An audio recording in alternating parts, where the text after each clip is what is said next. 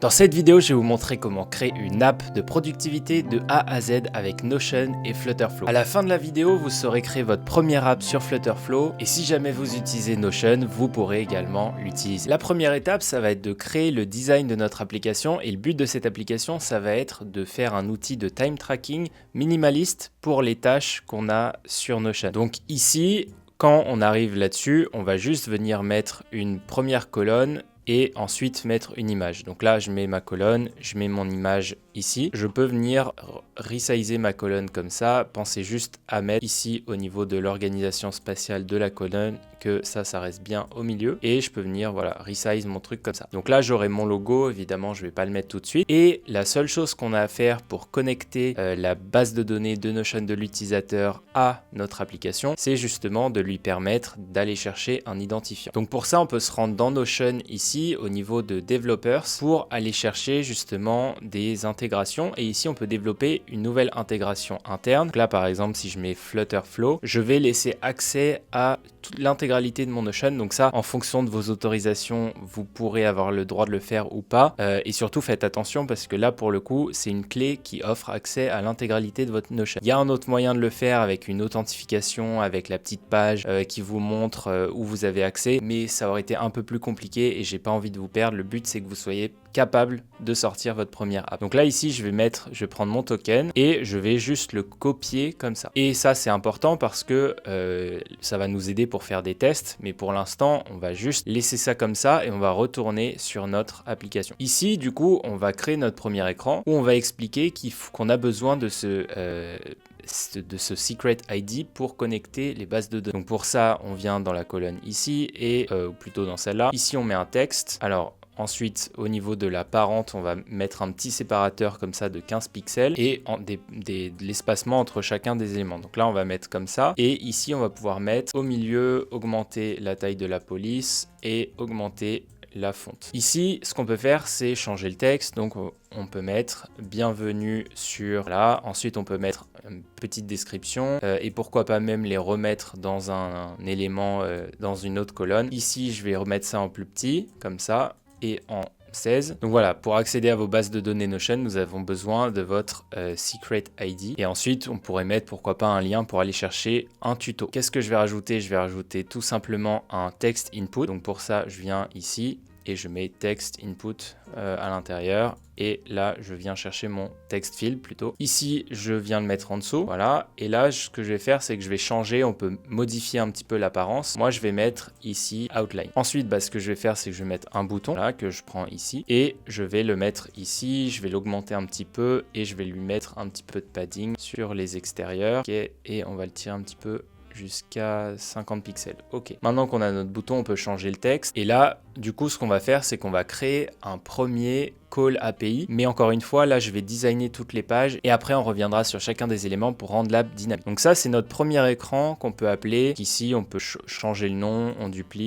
double-clique et on fait welcome. Je vais dupliquer cette page et cette fois, ça va être une page où on va lister toutes les bases de données. On va lister toutes les bases de données de l'utilisateur pour sélectionner celle qui correspond aux tâches. Donc là, par exemple, on va changer, on va faire OK, donc là, choisissez la base de données qui correspond à vos tâches pour les intégrer à la. Cette fois, on va pas avoir ça ou ça, mais on va avoir une liste. Donc au niveau de la colonne ici, on va chercher une list view. Qu'est-ce que c'est qu'une list view? En fait, c'est plusieurs éléments qu'on va faire de manière répétée en s'appuyant sur des données qui sont dans une base de données. Donc typiquement, si on avait lié ça par exemple, alors c'est un exemple, hein, on va pas utiliser Google Sheet, mais si on avait utilisé Google Sheet, chaque ligne de cette list view aurait été une ligne de cette Google Sheet. Donc là, une fois qu'on est là-dedans, on va rajouter ce qu'on appelle un container. Donc un container, comme le nom l'indique, ça permet de contenir les éléments dans un endroit. Et ensuite, les rows et les columns permettent d'organiser visuellement l'information. Donc là, par défaut, on va le mettre à 60 et ensuite, on va mettre juste une colonne et à l'intérieur de cette colonne, on va mettre un texte. Sur cette colonne, on va mettre un padding de tous les côtés pour mettre un petit peu d'espace, comme les lignes vertes l'indiquent ici. Et ça, le texte, on va le centrer en cliquant juste ici. Là, on va mettre une base de données. Donc, pour mettre la base de données, on va plutôt le mettre de ce côté-là. Et cette base de données-là, on va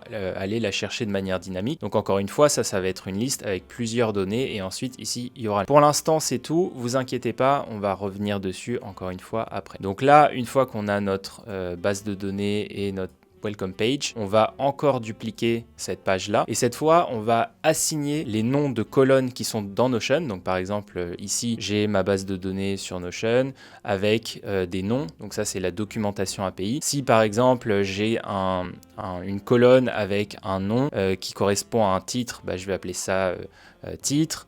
Et nous, on a besoin de savoir quels sont ces noms-là pour les faire apparaître dans l'application. Donc on va demander à l'utilisateur qu'il puisse remplir les noms des différentes colonnes. Pour ça, on revient là-dessus et on va dupliquer cette page. Et là, on va mettre, on va appeler ça naming par exemple. Donc là, nous avons besoin des noms de colonnes de votre base de données Notion pour les lier à l'application et pouvoir récupérer les données.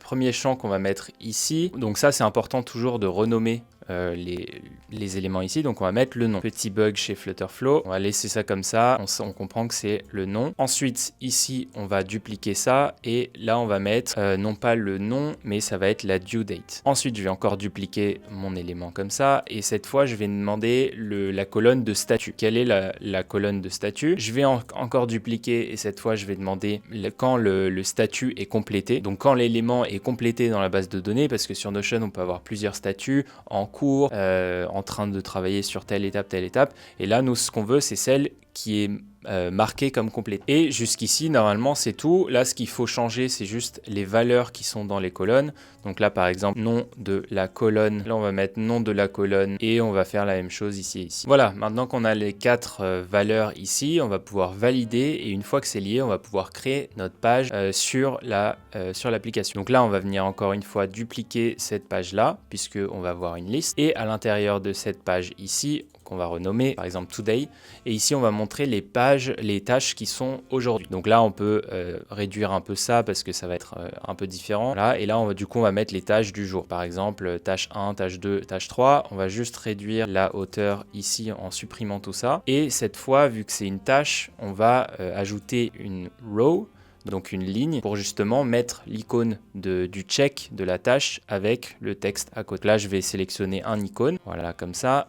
Et je vais juste le remonter d'un cran, voilà, pour qu'il soit là. Je sélectionne la row et ici je mets du spacing entre les deux pour que ce soit pas collé. Voilà pour cette première partie design. Maintenant on va s'intéresser à une autre grosse partie qui va être la partie API pour aller chercher les données depuis Notion. Alors maintenant on va partir sur la partie des API. Je vais pas pouvoir tout vous expliquer parce que c'est quand même relativement complexe. J'en parle dans ma formation, que ce soit Flutterflow ou Bubble, mais dans tous les cas il faut savoir que c'est le langage de référence qui permet à plusieurs outils de communiquer entre eux. Donc par exemple, si je suis Notion, comment est-ce que je fais pour envoyer des données à une API tierce? Je vais utiliser ce qu'on appelle des webhooks pour transférer les données. Mais dès lors que j'ai envie d'attraper des données quelque part, je vais utiliser justement un guide API où je vais essayer d'atteindre ce qu'on appelle des endpoints. Donc des endpoints, en gros, ça correspond à tout ce qui est contenu dans une base de données Notion. Par exemple ici, create a database, donc créer une base de données. Ici, en gros, on va pouvoir créer une base de données en atteignant cet endpoint. Ça, c'est ce qu'on appelle un endpoint. Ensuite, il y a des types d'actions. Donc, soit ça va être de type post, c'est-à-dire qu'on va créer quelque chose dans la base de données, ou alors on va faire une query. Une query, c'est une requête pour aller chercher de la donnée. Soit ça va être de type get, donc GET, pour obtenir des éléments de la base de données. Soit ça va être du type patch ou put pour remplacer ou modifier des données dans les bases de données, ou alors ça va être delete pour en supprimer. Et en fait, avec ces 4 actions, on a résumé les différentes actions qu'on va pouvoir atteindre justement sur l'API. Dans ce cas précis, justement, je vais essayer de pas faire trop long, on va essayer d'abord de rechercher dans toutes nos bases de données, dans toute l'API de Notion, des choses qui correspondent à des bases de données. Nous, ce qu'on a envie, c'est que l'utilisateur puisse filtrer toutes ces bases de données, toutes ces pages, etc., afin qu'il puisse trouver la base de données qui correspond à la base de données de ses tâches. Par exemple, dans mon Notion ici, j'ai une base de données qui s'appelle DB tâches, où j'ai toutes mes tâches que ensuite je filtre, etc. Donc ça, c'est pour la base de données tâches et du coup en cliquant là-dessus en atteignant cet endpoint, on va pouvoir filtrer. Donc là, par exemple, ici, sur la valeur, le fait que ce soit une database. Ça va nous permettre de filtrer et de ne pas avoir les pages qui sont toutes seules, mais juste vraiment de se focaliser sur les databases. Et ensuite, on va pouvoir mettre une recherche si on a envie de filtrer, s'il y en a beaucoup, ou juste supprimer cette partie pour laisser et vraiment juste avoir le filtre ici. À l'intérieur, vous voyez qu'ici, ça se décompose de la manière suivante, c'est-à-dire qu'il y a ce qu'on appelle ici donc le endpoint qui est juste ici, qu'on va essayer d'atteindre, l'action, le type d'action qui est le post ici, et là on va avoir des headers. Donc des headers, c'est en gros ici l'action qu'on va faire d'essayer d'atteindre l'API Notion. C'est comme si nous on était un voisin et qu'on faisait toc toc toc chez notre voisin justement pour lui demander. Évidemment lui il n'a pas confiance, il sait pas trop, il sait pas qui c'est comme s'il avait un portail qu'il ne pouvait pas savoir, donc il nous demande de nous annoncer, et c'est précisément à ça que sert le token d'authentification. C'est pour dire ok, c'est bien moi, regarde, j'ai mon mot de passe, etc. Je peux rentrer. Et donc ce mot de passe là, c'est le mot de passe secret qu'on a vu précédemment. Et du coup, pour vraiment le formater de la bonne manière, qu'il soit capable de le recevoir, on va mettre ici en propriété authorization. Donc quel est le code d'autorisation. Et ici on va mettre bearer. Donc bearer, c'est pour indiquer le style d'autorisation. Ici c'est un token. Et donc ensuite on met le token secret tiré-du-bas, blablabla. Ensuite il y a le content type. Donc là ça va dire ok, on t'envoie. On vient avec une requête et on va t'envoyer du JSON. Le JSON, qu'est-ce que c'est? Eh ben, c'est tout simplement ceci. C'est un langage qui permet de transmettre des informations d'une API A à une API B. Donc ici, par exemple, ça c'est ce qu'on appelle un objet. Donc tout ce qui est en crochet courbé comme ça, c'est un objet. Et à l'intérieur de cet objet, on a des propriétés et on a une valeur. Les deux sont séparés par deux petits points et on peut enchaîner propriété égale valeur le nombre de fois qu'on veut. Par exemple, si on a envie de simplifier, on pourrait dire ici name égale Théo, je sais pas, adresse égale blablabla, etc., etc. Alors, qu'est-ce que c'est ensuite que ça? Ça, c'est ce qu'on appelle un objet. On peut mettre autant d'objets imbriqués les uns entre les autres. Et si jamais on a plusieurs objets, on peut les mettre dans ce qu'on appelle un array. Et cet array est en gros un truc qui n'est pas courbé ici, mais qui est droit. Donc c'est un crochet droit. Et on va pouvoir mettre à l'intérieur de cet array plusieurs objets pour définir une liste. Et donc c'est précisément ça, les bases, les fondamentaux de ce qu'est une API. Ça va nous permettre comme ça de pouvoir dire qu'est-ce qu'on veut aller chercher. Donc là en l'occurrence, ce qu'on dit avec cette action, recherché par le titre, ici on dit bah ça c'est mon code, ça c'est le point de la base de données que j'ai envie d'atteindre, et ensuite ça c'est le type de contenu que je vais t'envoyer. Donc je vais t'envoyer du JSON, ce langage-là. La version de ton API, c'est celle qui date de juin 2020, parce qu'il y en a une qui date de 2021, ou je sais pas quoi. Et donc ici, on va pouvoir justement envoyer des données. Et Notion, quand il va recevoir ça, il va avoir plusieurs filtres. Premier filtre, ça va être le mot de passe. Deuxième filtre, ça va être le type de contenu pour qu'il puisse le lire. Et troisième filtre, ça va être évidemment la version de l'API. Ensuite, il va voir si ça c'est lisible, si toutes les choses correspondent. Et en fonction, il va soit renvoyer la data qu'on a demandé, soit il va nous renvoyer un message d'erreur. Donc comment est-ce qu'on fait ça? Dans Flutterflow, on va créer ce qu'on appelle des groupes d'API. Donc ici, on a Create API Group ici, et ça nous crée un groupe entier. Par exemple, ici, on pourrait mettre Notion, comme je l'ai fait précédemment. Donc là, je vais l'annuler parce que je l'ai déjà fait, et on va définir une base d'API. Cette base d'API, en gros, c'est ce qui ressemble à ça. Donc ce truc là, et on s'arrête au V1 tout simplement parce que il y a plusieurs endpoints qu'on va pouvoir modifier. Il y a recherche, mais il y a aussi par exemple quand on veut aller chercher une base de données, etc., etc. Donc là on va juste garder cette partie là, voilà, ici, et on va la mettre dans le groupe sur Notion. Donc voilà, juste ça.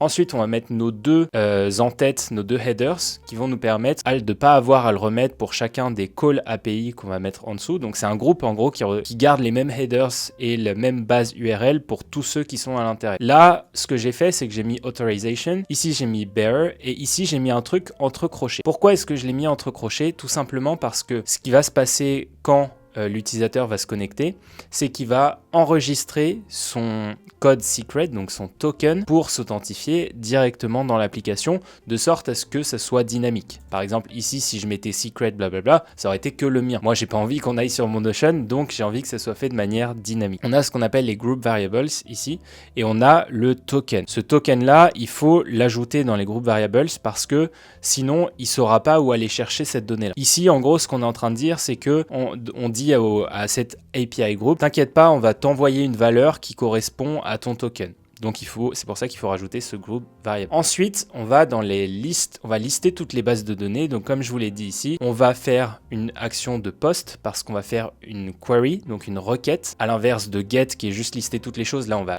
émettre une requête. Donc on a besoin d'envoyer du JSON. Et donc ici, on va aller chercher le endpoint search. Tout ce que je fais là, ça n'a rien de sorcier. Vous avez juste à reprendre ici la documentation de Notion et vous copier-coller tous les éléments. Là, le header, là, on l'a déjà fait, etc. Et ensuite, vous pouvez juste partir de là, vous copier-coller cette partie-là, par exemple. Vous rajoutez peut-être un objet.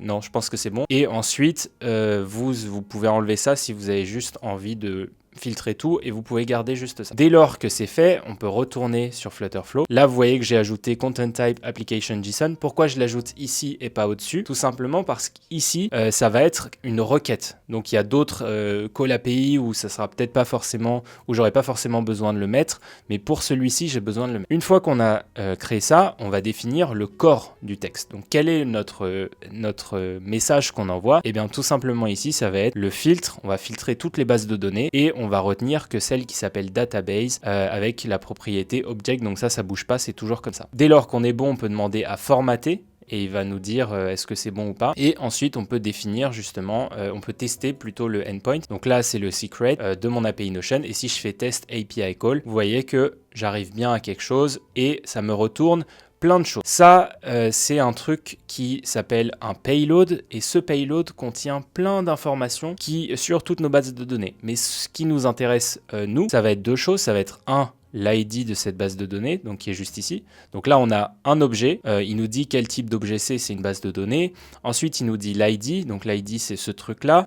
Et ensuite, beaucoup plus bas, il nous dit ici le nom. Donc là, on a un titre. À l'intérieur, on a un type, qu'est-ce que c'est? Et ensuite, on a un texte. Et à l'intérieur, on a un contenu. Et c'est précisément ce nom-là, DB tâches, que j'ai envie d'aller chercher. Comment est-ce que je vais chercher toutes ces données? Eh bien, encore une fois, c'est pas sorcier. Je vais tout simplement venir ici. Donc là, c'était l'autre version que j'avais faite avant, tout simplement pour aller plus vite sur cette partie et pour mieux vous expliquer que plutôt être en train de le... Donc là, on a ce qu'on appelle, du coup, c'est plus une task list, mais ça va être plutôt ici la partie où on va sélectionner la base de données, donc Select Database. Du coup, ce que je peux faire, c'est que tout simplement, je peux venir ici, changer et mettre Select Your Database. Et à l'intérieur, on voit qu'ici, j'ai tout un charabia chelou là. Qu'est-ce que ça veut dire tout ça? Ça, c'est ce qu'on appelle le JSON Path. Et c'est un truc qui va nous permettre d'aller chercher des données qui sont indentées. Pour mieux vous expliquer, je vais vous montrer comment est-ce que ça fonctionne si on copie-colle le code qu'on a reçu. Donc ici, tac, on retourne là, on prend notre code, on le reprend ici. Et là, je vais vous donner un outil qui est top. J'en parle aussi dans ma formation, c'est JSON Pathfinder. Ce truc-là, il vous permet de comprendre comment est structuré votre payload avec toutes les données de manière très simple. Par exemple ici, si je vais dans Results, je vais dans le 0, là, il y a tout un tas de données qui apparaissent. Donc là, par exemple, je peux prendre le titre, je peux prendre le 0 et je peux prendre plain text. Et là, vous voyez qu'il y a toute une série qui est apparue de trucs ici. Au niveau du titre, à chaque fois qu'il y a un 0 là, donc par exemple le X, ça veut dire que c'est la racine du payload. Donc là, c'est premier objet. On descend à l'intérieur, là, on voit qu'on a un array parce qu'il y a deux propositions. Donc là, si on revient, vous voyez qu'ici, il y a le crochet. Ça veut dire que c'est un array. Et on a objet numéro 1 qui est là, ensuite objet numéro 2, etc. Chaque objet, c'est 0 ou 1, ou 2 ou 3, en fonction de combien il y en a. Ensuite, on rentre à l'intérieur à l'intérieur de cet objet.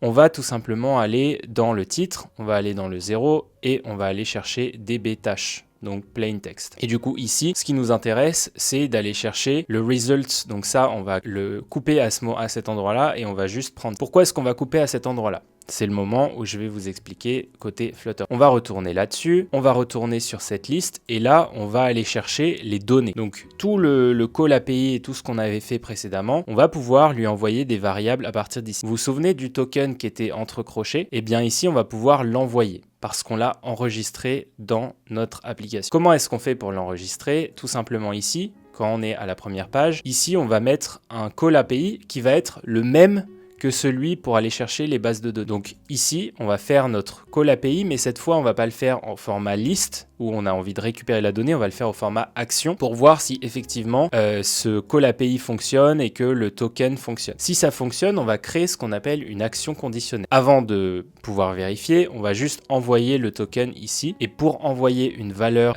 dans ce token-là, on va tout simplement aller chercher le widget. Qu'est-ce que c'est que le widget state? Le widget state, c'est ça. C'est la valeur qui est insérée à l'intérieur de ce champ ici. Puisqu'on autorise l'utilisateur à envoyer des données, tout simplement, on peut aller chercher toutes ces données-là et ensuite les envoyer. Dès lors qu'on a envie de récupérer cette valeur, on vient sélectionner ici widget state et là on aura tous les widgets avec de la data dedans qui sont disponibles. Là on fait confirmer et ensuite c'est bon. Maintenant on va faire ce call API. Donc là on a envoyé le token et on va lister toutes les bases de données qui sont à l'intérieur de cet espace Notion avec ce code qui permet justement d'atteindre ce Notion. Une fois que c'est fait, on va voir deux choses. Est-ce que cette réponse, est-ce qu'elle est positive ou négative? Si elle est positive, eh bien on va enregistrer ce fameux token pour pas que l'utilisateur ait à le rentrer à chaque fois. Et pour l'enregistrer, on va créer ce qu'on appelle un app state. Donc, les app states, c'est tous ces trucs-là qui permettent de stocker temporairement des données dans l'application. Dès lors que c'est fait, eh ben, on revient là-dessus, on revient à cet endroit-là et on vient dire, ok,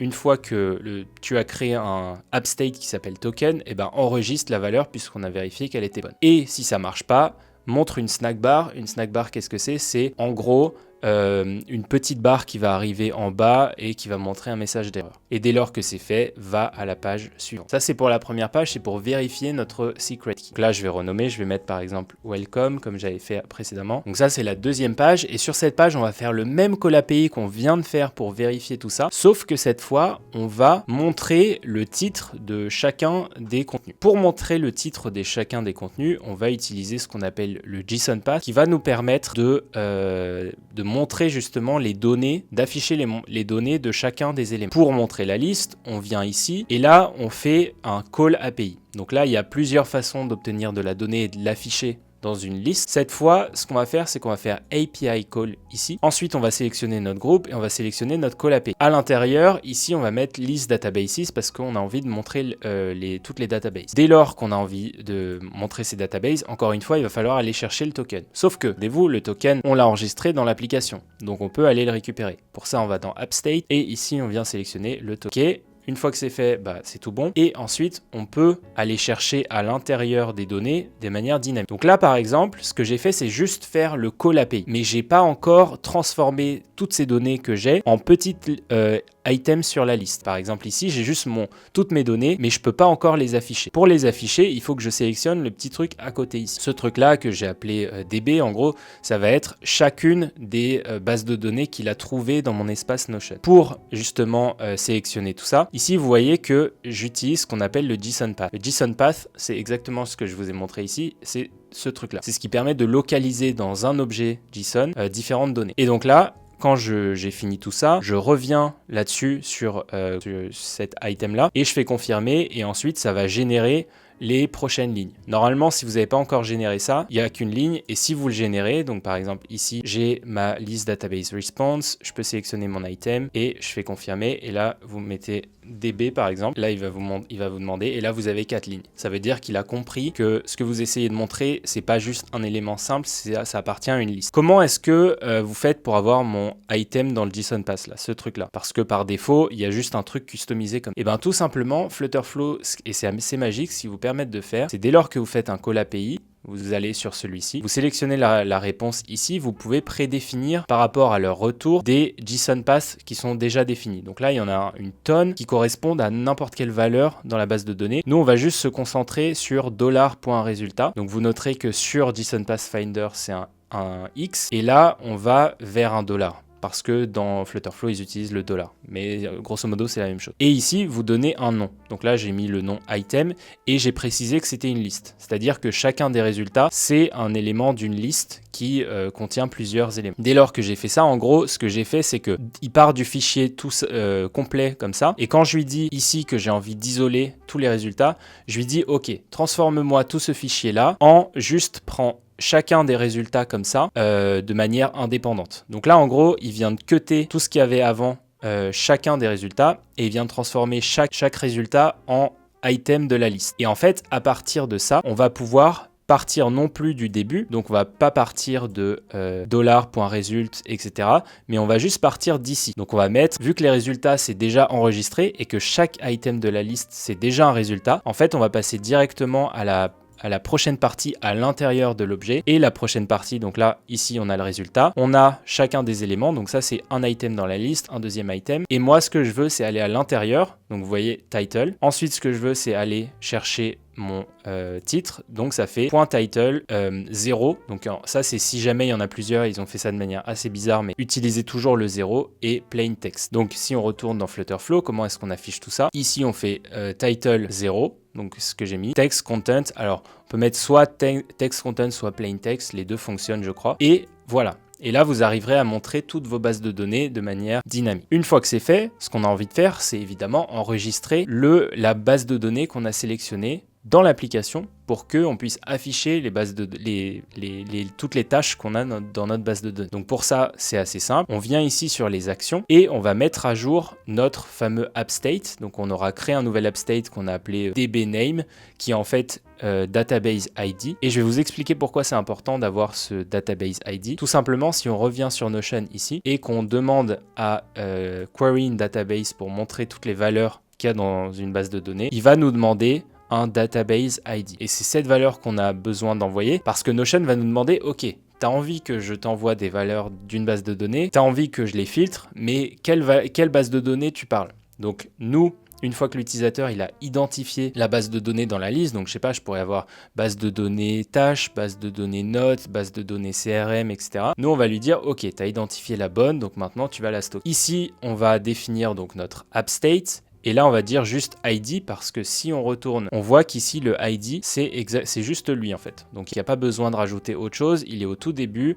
On a déjà cette partie qui est bien. Donc, maintenant, nous, on a juste besoin d'enregistrer .id. Donc là, on fait JSON path. On sélectionne ici et on fait $ID à partir de notre item. Attention, ne pas mettre list database response parce que ça, c'est l'intégralité de la réponse. Mais DB item comme point de départ parce que c'est ce qu'on a filtré déjà. Donc ça, c'est un des éléments de la liste. Dès lors qu'on est bon, on fait confirmer et ensuite on navigue à la page suivante. La page suivante, ça va être la page où on va demander à ce que il nous donne les différents éléments de la liste, les différents éléments de la base de données pour pouvoir les filtrer. Donc là, j'ai mis nom, description. Description, je pense qu'on peut le virer. Mais nom, date d'échéance, statut tâche achevée et on pourrait rajouter. Et on peut venir chercher comme ça toutes les données et les valider. Je vais vous montrer à quoi ça correspond dans Notion parce que c'est important de voir. Donc là, ce que je demande, c'est que l'utilisateur me donne ça. Ce texte-là pour le nom, la date, donc ce texte-là aussi, et ici qui me donne l'élément qui est terminé. Donc là, en l'occurrence, publié. Et avec ces 4 valeurs, je vais pouvoir filtrer les tâches que j'ai besoin de montrer, qui n'ont pas été effectuées et qui sont et qu'on doit faire pour aujourd'hui. Je vais lui valider, donc l'utilisateur il va mettre tous ces trucs là-dedans. Et dès lors que c'est fait, je vais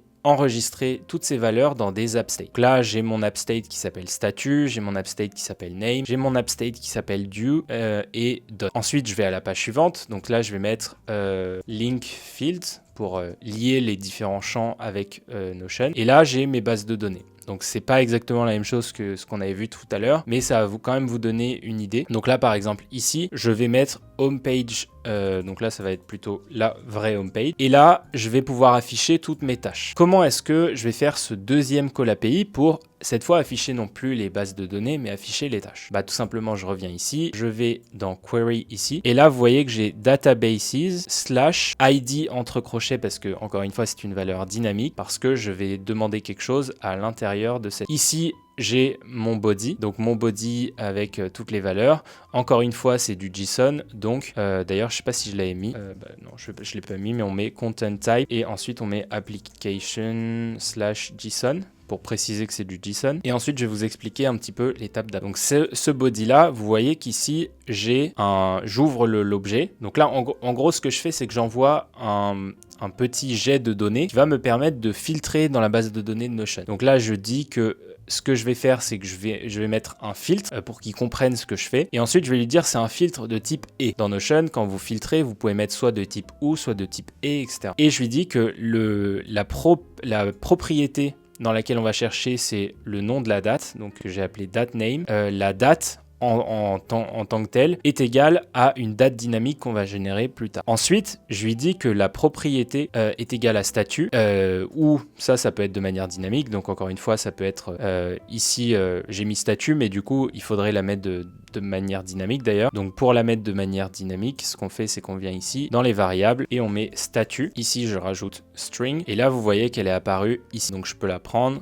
tac, comme ça, et je viens la glisser entre les deux. Maintenant que c'est fait, donc tout ça est bon, on fait save et on a notre call API qui est bien fait et ici on a notre valeur qui est confirmée. Donc en gros, en d'autres termes, ce que je lui dis maintenant, c'est je lui dis donne-moi toutes les tâches qui sont dans la base de données, dont la date qui correspond à la colonne nom de la due par exemple est égale à la date d'aujourd'hui et la propriété statut n'est pas égal à confirmer, c'est-à-dire que la tâche n'est pas encore terminée. Une fois que c'est fait, je peux tout simplement aller tester. Donc là, j'ai toutes mes valeurs ici. La date, date name, du coup, c'est la due. Et là, je vais mettre la date d'aujourd'hui, donc 2023 12 06. Et le statut, je crois que c'est statut que j'ai mis. Ok, test API call. Et là, on voit que c'est bon, il m'a retourné et j'ai une valeur ici. Encore une fois, je mets $results pour créer ma liste. Maintenant, je reviens ici. Je viens ici faire mon query ici et je vais juste rajouter du coup la valeur statut, donc qui était dans un app state statut. Je fais confirmer et ensuite je fais ce truc là pour afficher tous les éléments. Et là, je vais mettre non pas DB, mais juste task. À l'intérieur, je vais mettre ici $.properties parce que là, en gros, on va filtrer dans les propriétés. Name, qui est le nom de la propriété. Ensuite, title, ici, et plain text. À noter que jusqu'à maintenant, il n'y a pas la possibilité de rendre ça dynamique. Donc, c'est pour ça que je vous montre comment le faire pour vous-même. Vous ne pourrez pas le faire pour d'autres sur ce modèle-là. Il va falloir trouver d'autres façons de le faire. Tout simplement parce que on ne peut pas mettre des crochets ici et mettre une valeur dynamique pour que ça change en fonction de ce que l'utilisateur a mis. C'est un des petits problèmes qu'il y a pour l'instant, mais franchement, il y a 10 000 autres moyens de le faire. Alors maintenant, on va passer à la troisième partie et cette fois, on va envoyer une action de cette application directement sur Notion pour changer justement la propriété de statut et cocher la case entre guillemets. Donc le challenge qu'on va avoir ici, c'est que ça va être difficile d'avoir un feedback parce que on a deux solutions, soit on les garde directement ici, auquel cas c'est plus difficile de filtrer et il faudrait créer une autre date genre completion date et on aurait pu mettre les dates qui sont pas terminées et dont la date d'échéance est aujourd'hui ou les dates qui ont été complétées aujourd'hui.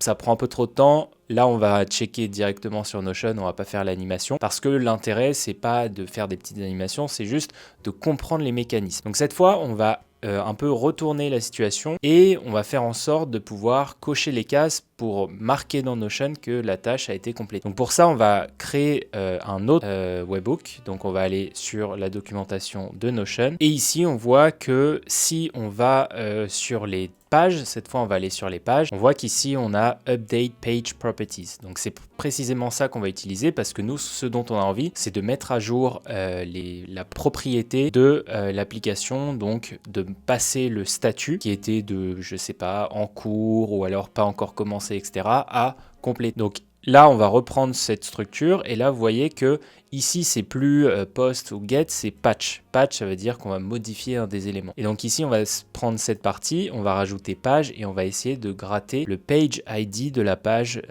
en question. Ça, ensuite, on va envoyer un payload pour identifier quel élément Notion doit modifier. Donc c'est très simple, on va retourner dans notre call API ici et je l'ai fait hors caméra pour mieux vous expliquer. Donc ici on a un truc update et là vous voyez que c'est la méthode, c'est patch, donc on respecte la documentation de Notion. Ici on met /pages, donc on va identifier le endpoint, la base de données page et ensuite /id parce qu'en fait Notion va nous demander l'ID pour savoir quelle page il doit modifier. Donc on va lui envoyer l'ID. On va préciser que le type de contenu qu'on envoie c'est encore du JSON. Et ici on va définir plusieurs variables. Variable ID de la page pour identifier la page. Ensuite statut name, donc la colonne statut. Et ensuite l'équivalent du done. Donc ici pour moi c'est le done dans ma base de données c'est publié. Mais vous ça peut être complété, achevé, terminé, etc. Donc une fois qu'on a fait ça, on vient mettre ce code. Donc encore une fois, tout ça, ça va être disponible dans le template que je vous mets à disposition. Le lien est en description. Et ici, vous allez pouvoir